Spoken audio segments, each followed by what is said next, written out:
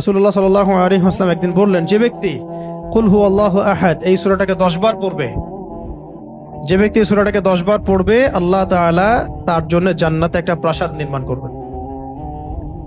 তো এই কথাটা শুনে ওমর রাদিয়াল্লাহু আনহু বললেন, ওমর ইবনুল খাত্তাব তিনি বললেন যে তাহলে তো আমরা অনেক প্রাসাদের অধিকারী হয়ে যাব ইয়া রাসূলুল্লাহ।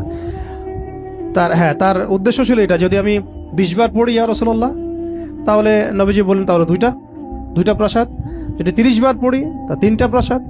তো ইয়া রাসূলুল্লাহ তাহলে তো আমরা অনেক প্রাসাদের অধিকারী হয়ে যাব।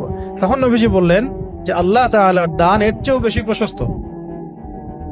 মানে আপনি 100 পড়লে 10টা ঘর পাবেন, মানে আমরা 100 পড়লে 10টা ঘর পাবো, 200 পড়লে 20টা। এইভাবেই আল্লাহ পাকের দান আরো প্রশস্ত। আর যে হাদিসটার কথা আমি বললাম, যেটা আমি আজকে আপনাদের জন্য এটা রেডি করতে গিয়ে জেনেছি আর কি, এটা আমার আগে জানা ছিল না। এটা জানার পরে আসলে আমাদের মনে হচ্ছে কেন এই আমলগুলো করি না। এত সময় দেখা যায় যে অনেক সময় অনলাইনে বসে থাকছি, তাই না?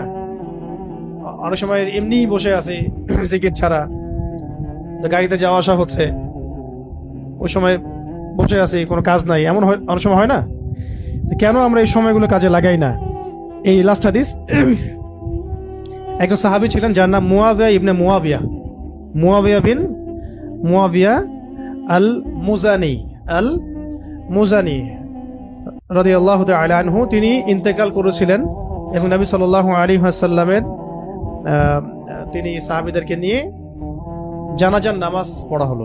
ভালো করে শুনুন, মুয়াবিয়া ইবনে মুয়াবিয়া আল মুজানি রাদিয়াল্লাহু তাআলা আনহু ইন্তেকাল করলেন, নবী সাল্লাল্লাহু আলাইহি ওয়াসাল্লাম সাহাবীদেরকে নিয়ে তার জানাজার নামাজ পড়ানোর পরে নবী সাল্লাল্লাহু আলাইহি ওয়াসাল্লামের কাছে জিবরাইল আলাইহিস সালাম আগমন করলেন এবং তাকে জানিয়ে দেওয়া হলো ওয়াহির মাধ্যমে যে এই সাহাবীর জানাজায় আমি জিবরাইল আলাইহিস সালাম বলছেন 70,000 ফেরেশতা সহ আমি উপস্থিত হয়েছিলাম। 70,000 ফেরেশতা সহ এই জানাজা সালাতে আমি উপস্থিত হয়েছি।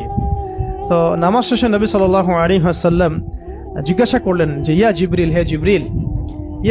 হে জিবরিল বিমা বালাগা মুআবিয়া ইবনে মুআবিয়া হাদিহিল মানজিলা। এই সাহাবীর মুআবিয়া ইবনে মুআবিয়া রাদিয়াল্লাহু তাআলা আনহুর কোন কারণে এই মঞ্জিলে তাকে পৌঁছে দেওয়া হলো, কোন কারণে তাকে